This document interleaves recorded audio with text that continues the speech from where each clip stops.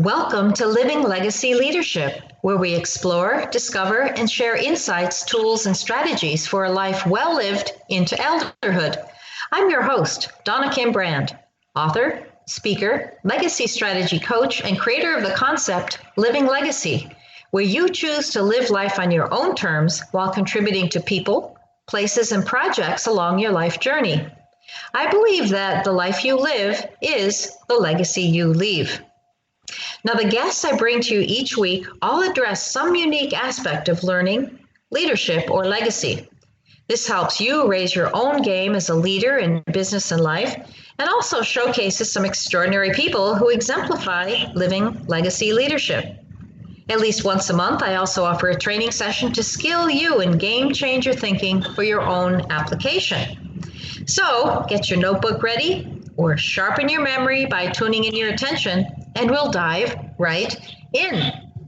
Now, we have recently started what I call the Boomer Beacon series.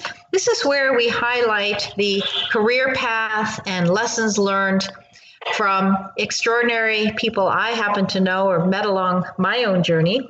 And this week, we have a wonderful woman named Donna Minard. Now, she has over 30 years of experiences in fundraising and specialists with a unique set of business, marketing, sales, and interpersonal experience skills. She manages, motivates, retains volunteers. She's professional and dependable. She meets deadlines and exceeds goals, communicating effectively both in writing and verbally, and, multitasking in a fast-paced environment. I can testify to that. She does that so well. So the thing is, Donna started originally from Warren, Ohio. I believe that's somewhere outside Columbus, and took up studies in French. So before we take that any further, let me welcome Donna Minard to the show. Hi, Donna. Hi, Donna.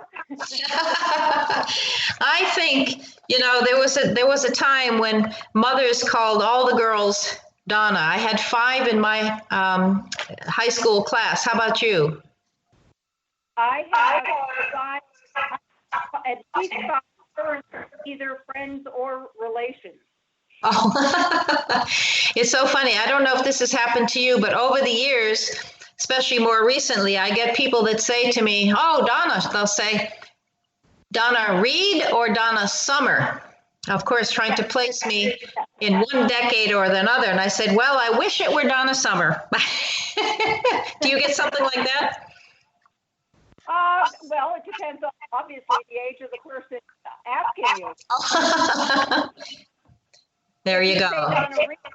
If you say Donna Reed and they look like they have no clue, then you realize they're much younger than you.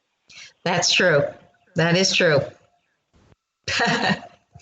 So I have a question. You started out, as I understand it,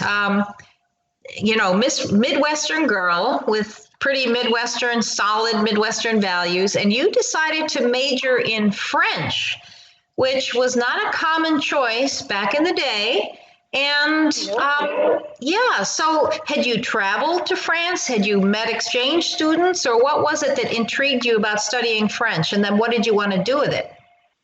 Interesting. And did you also pick up an interest in things Italian, or did you lump them together as European, or was it mostly the French because that's what was offered in your school?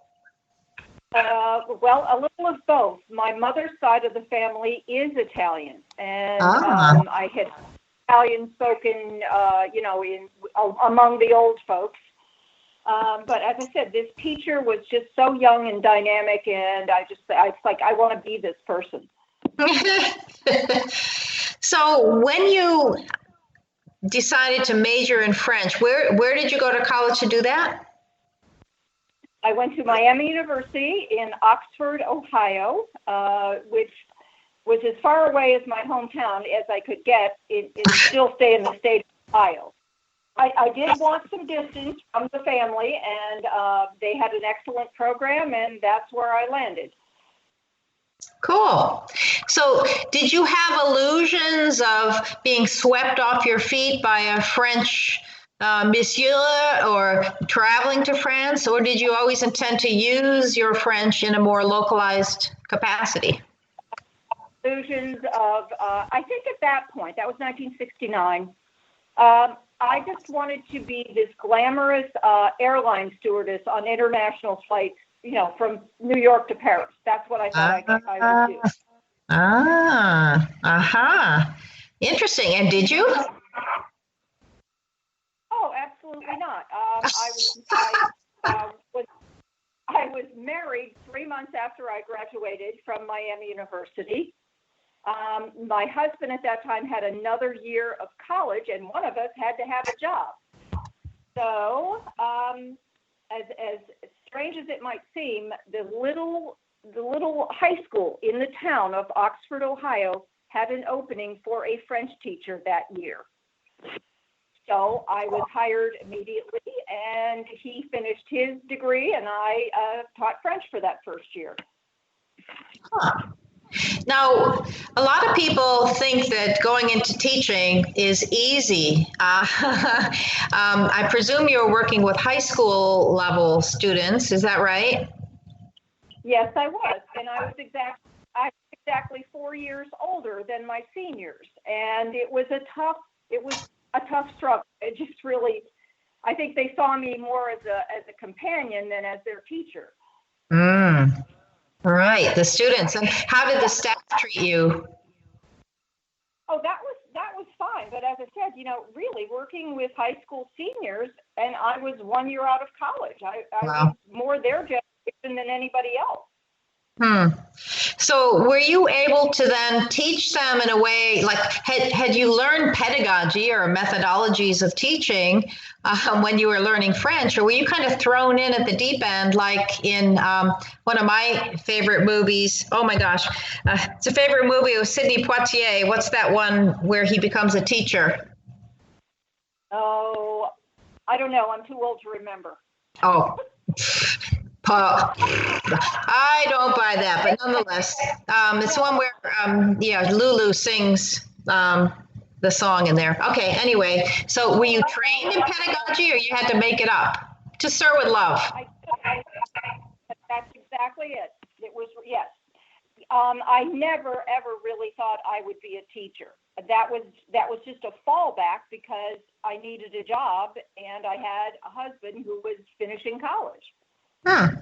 But then after he finished his degree, we moved quite frequently, and it was very hard to find a teaching job when you arrive somewhere new in November or So I ended up kind of taking some part-time jobs, some substitute teaching, but again, that was never my career goal. So at that point, what were you thinking as a career goal? Again, I was going to be a stewardess. I was going to be an international, I was going to be flying back and forth on American Airlines to Paris, from JFK to Paris.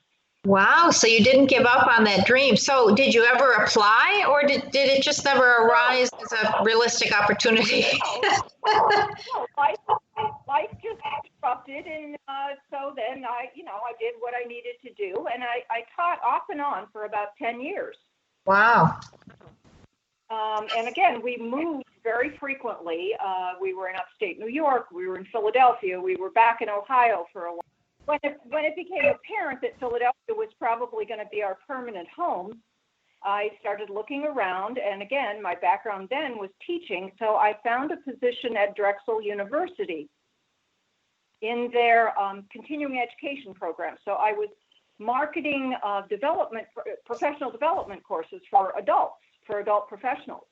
And I became friends with the people from the development office, the fundraisers, which I really didn't know much about. And after a while, they said, you can talk to people, you can persuade people, you should be in this department. So I did. So I moved into the development office. So meanwhile, what happened when you were established in Philly, wasn't there a little subplot going on that later led to you meeting your current husband, or was it not yet arising? Oh, that was a not yet. That was much later.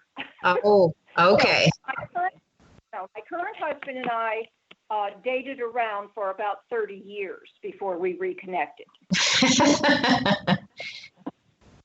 Right. Yes. Well, he's the well-known newscaster, weatherman, Jim Minard, that we actually featured on a recent Living Legacy leadership show. He's an incredible guy. So good catch for him and a good catch for you, I think.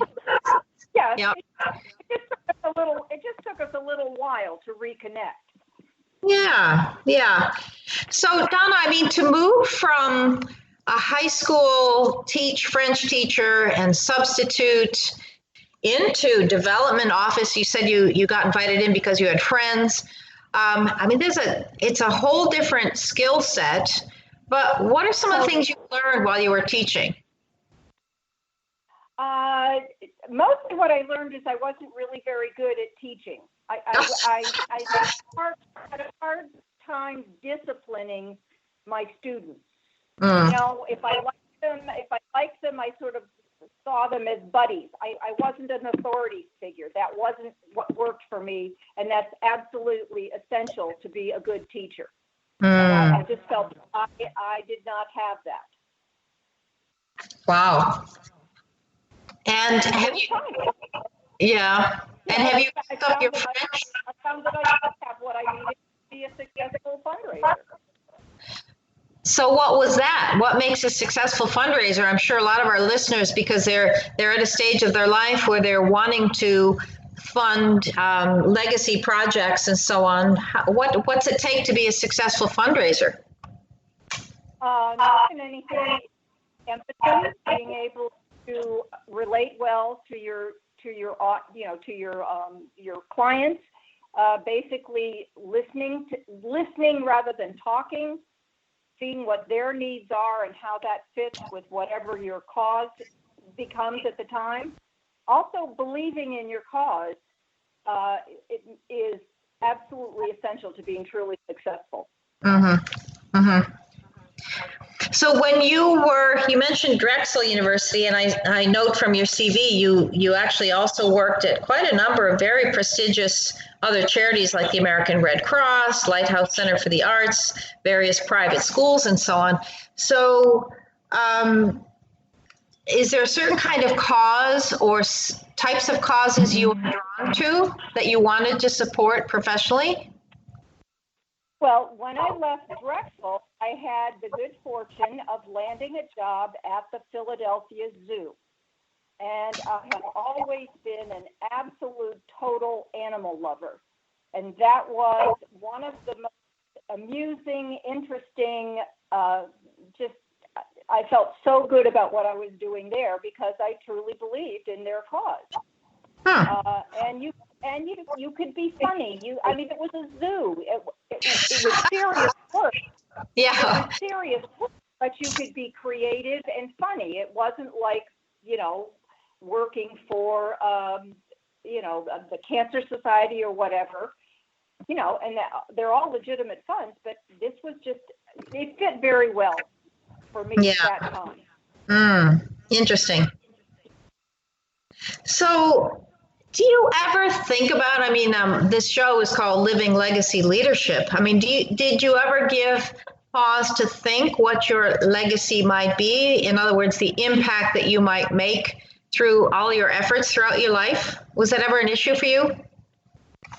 Well, I think what I find most gratifying is wherever I worked, I usually established one or two really solid lifelong relationships, either with a colleague or with someone that I was working with as a donor.